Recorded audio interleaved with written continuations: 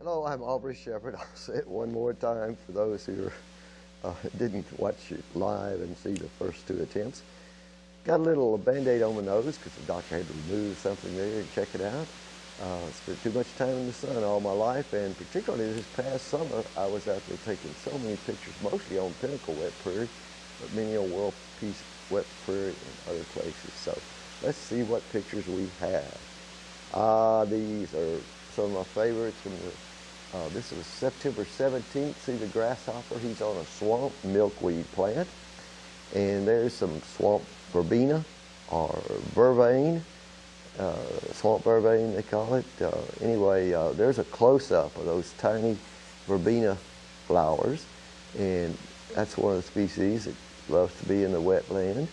And here's some late blooming asters on September 17th. And we'll show, okay, there's a tiny butterfly on bone set, and that's a crescent pearl, or pearl crescent. Well, I never can get that straight without having it written down. Here's some more tiny, tiny flowers, and these are on a prairie I've never shown you before, I believe. It's in South Fayetteville also, but it's not World Peace Wetland Prairie, and it's not the Pinnacle Food Prairie. Oh, that's one of those opposite of morning glory and evening primrose. And here on some of those milkweed plants that we've shown you there, there's a monarch caterpillar, and of course they were still active in September, and some actually did not hatch out until November this year and get on their way flying as monarchs to Mexico. Okay, that's the same batch of swamp milkweed on September 17th, and that's one of the latest blooming ones I saw this year. And guess what? There's the same prairie, part of the same prairie, looking north, and do you see any wildflowers? No, this was in early November. May have been about around the 17th of November, but anyway, so I'm a little later, but they had come and brush hogged that prairie, both sides of the road there, and it just doesn't look so good. You can see it's wetland, at least it's a wetland flow coming through there, so you can tell what kind of vegetation likely was growing there before, but if I had made the pictures, I wouldn't believe it myself, because it's just so, and you can see a willow tree right there on the side of the road, and of course it's growing where that flow comes near where the pipe goes under the road, the culvert. So it just looks like desolation out there. It just looks like any old fescue field you might see, some old abandoned pasture, and that's what it is. But before it was a pasture, it was prairie. And when these things grow up like they do, you, of course, have non-native grass out there in the case of fescue, but you also have tall native grass that comes up when it's left alone and gets to grow through the whole summer and into the fall that way. Okay, there's the same thing. You can see the same limbs hanging out in front of you. That's back to September 17th. So you see the splotches of color out there, and you see that that is a flow area. But of course, in wet times, it would be much bigger than that little tiny ditch flowing in the middle that you saw when it was after it's mowed there.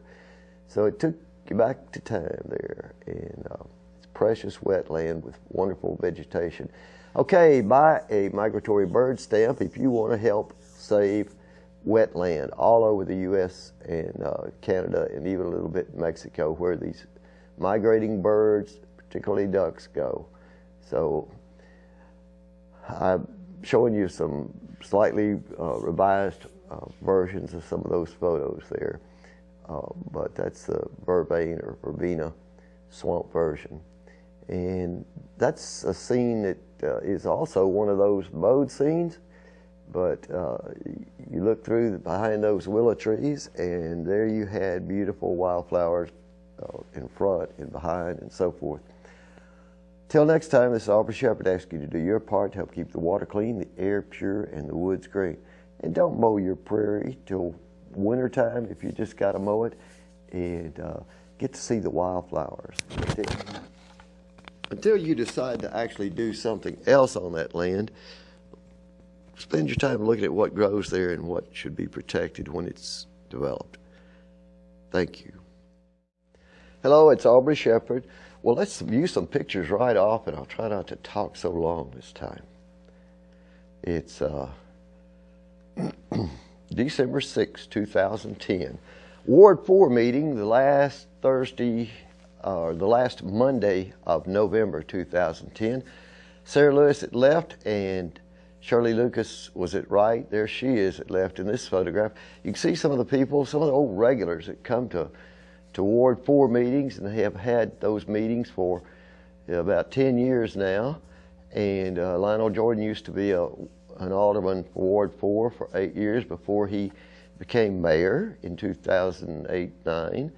And Shirley Lucas now is retiring from the council, but she's not running for another office. She says she's enjoyed 8 years and worked very hard. She's been a very wise council member. Shirley's always studied the issues, asked hard questions in meetings, and she and Lionel, and now Sarah, and now soon to come, a new person in her place.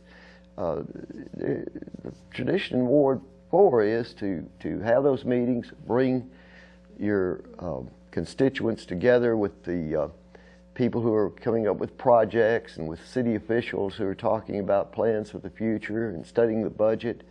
Just everything that goes on in city government has been discussed in Ward 4 meetings, once a month, every month, with very rare exception over the last 10 years that I've been following them very closely and attended many of them myself. So Shirley, going off, retiring from the council, was surprised with a cake, and there, well, I'm actually in that picture, and had somebody else hold the camera that volunteered to do it. It's not well, actually, a person who's also a Ward 4 member made the picture, but anyway, that shows just a sample of the people who showed up on the last night, even a firefighter and a police officer. They're often there because they are able to talk with constituents about the problems that the fire department has, maybe with access to streets that are blocked off a lot and that sort of thing. And on your left, there's Rhonda, who's going to be she's going to replace Shirley on the council. Caught the two of them together with Sarah Lewis, who's staying there. There you see some more, Bill Mahler at right and others at left from Ward 4. And okay, let's see, that's Mitch Hicklin and a young lady named Linda, and they were traveling through Fayetteville and stopped to visit on a cold, blustery day. Mitch used to live here and sometimes was homeless. You may recognize him, and he was in Fayetteville from, I don't know, 1988, a long time. That's in my neighborhood, Town Branch neighborhood. That's on 13th Street. And you can see how far back in that yard those AEP Swepco Splund trucks were taking out trees and parts of trees. And that's at University Avenue and Ellis Avenue, just right in the background of that other picture. And you could see all those trees have been cut off. You can see a little windmill back there, and at right in that man's yard, there's an array of solar panels. Well, you know, he's going to need more solar energy to help heat and cool that house now that the trees have been removed. He had the panels set where they got plenty of sun anyway. This is out on Interstate 540 where the highway department contractors have been busily dredging out the ditch there. Now I know they're planning some road revisions, and some of that's necessary, but it made you wonder whether they really had to dig it out so deep. See the red dirt underneath there, and then black soil and a mix of shale underneath. It's really weird when you dig those wetland areas out for construction. Okay, if you haven't been downtown, if you were here right now as we record this, it's nearly 6 o'clock on on Monday the 6th of December. You could see those lights. That's Cone Turner. Cone's a guy who's been around Fayetteville forever, got a degree or two at the university, and he was down at, I guess that was first Thursday, and the art show going on. And that last shot was a little sample of Kitty Creek. Kitty Creek's a place that was dredged quite a few years ago, several times, several parts of it, and it too is always at risk, and it's been straightened out and dredged and vegetation removed many times. Sad case. Till next time, this is Aubrey Shepherd asking you to do your part to help keep the water clean, the air pure, and the woods green.